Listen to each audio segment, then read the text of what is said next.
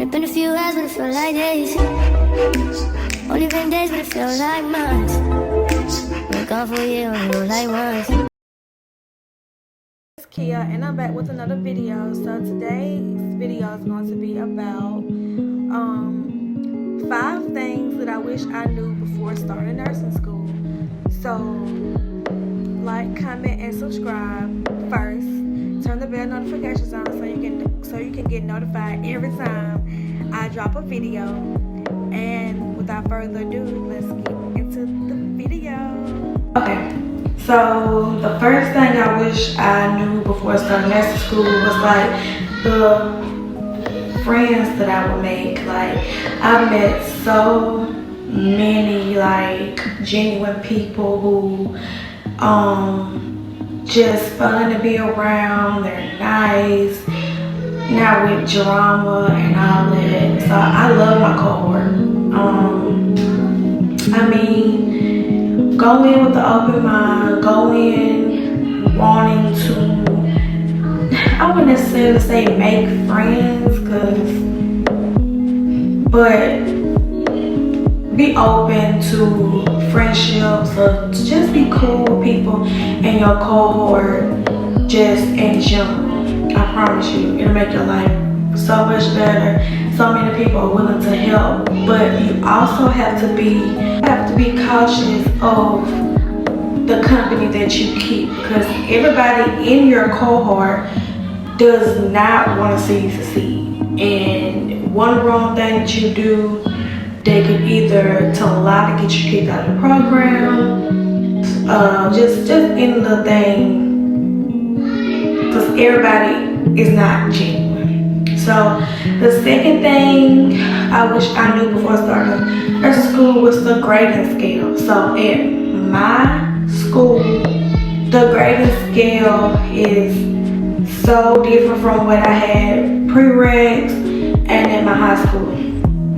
So at my school, we had to have an 80% or higher to be considered passing. So 80% on exams, 80% on quizzes, and an 80% overall, in like your overall grade has to be like an 80% to pass.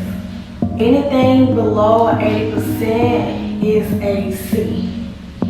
And I had to look up like the different numbers, but I know from an 84 to an 89 is a B. So if you don't even have an 84, it's not a B. 80 is considered a C.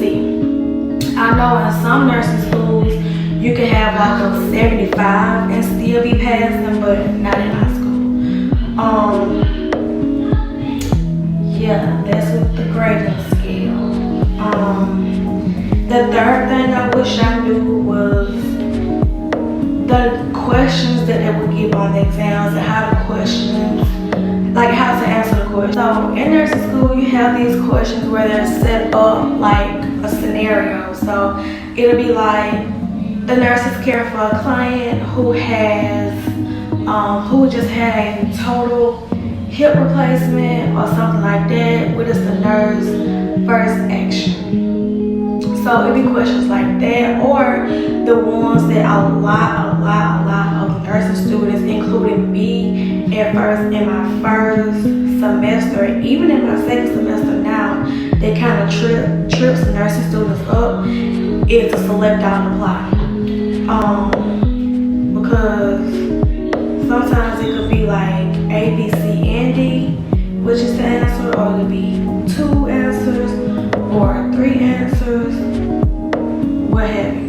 But how I figured out how to answer them, and I will let you know how to answer them. So how to answer the select all and apply questions. So you would treat them as true or false. So you reading the STEM, you read your answer choices.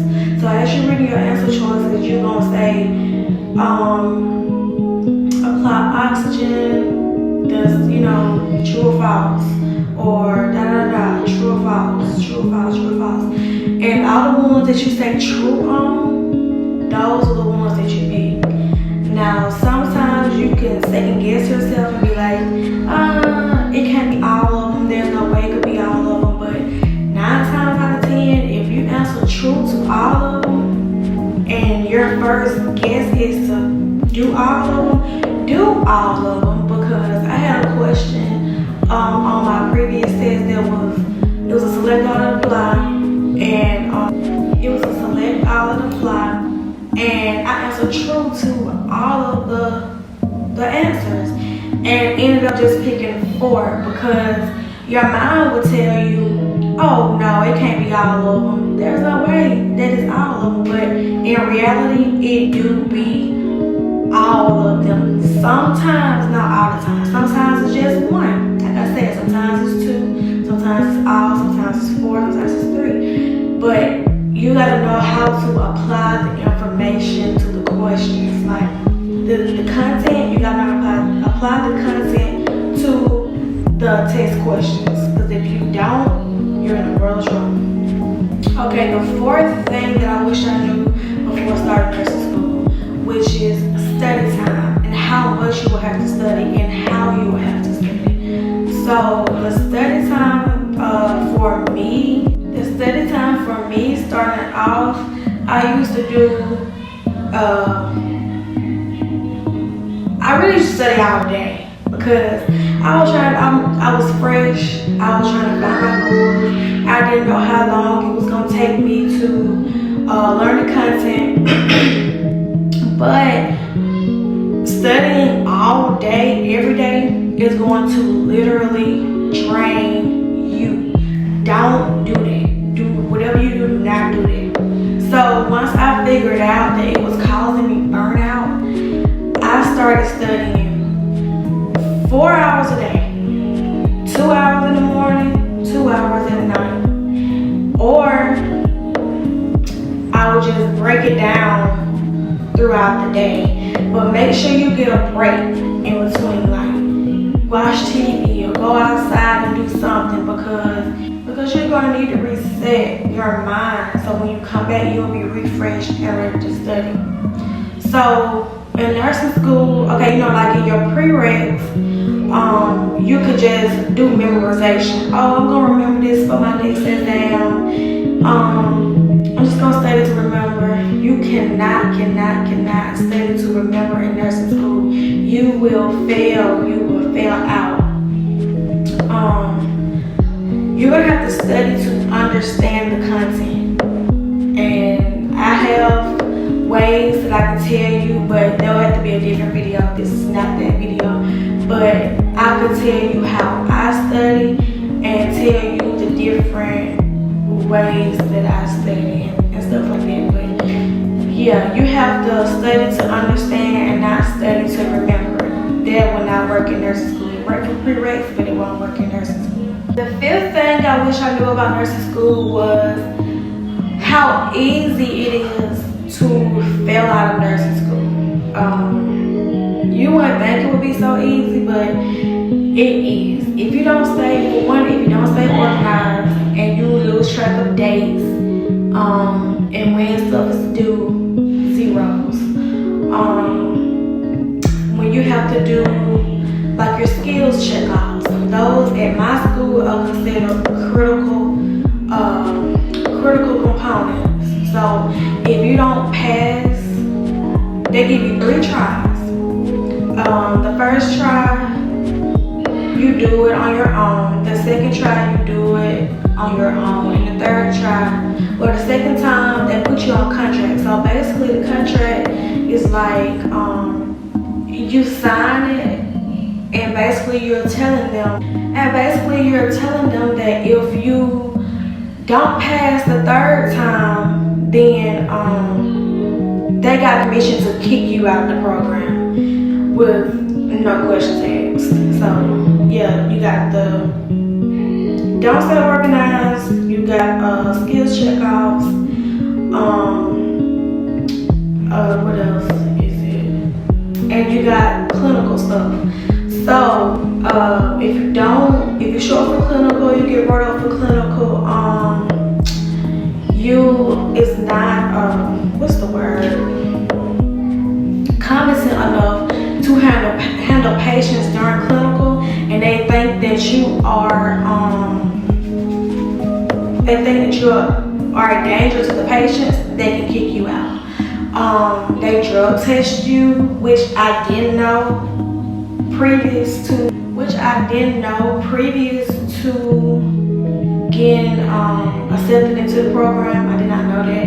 But so far, we only got drug tested once. So I'm currently right now in my second semester, and we haven't got drug tested this semester.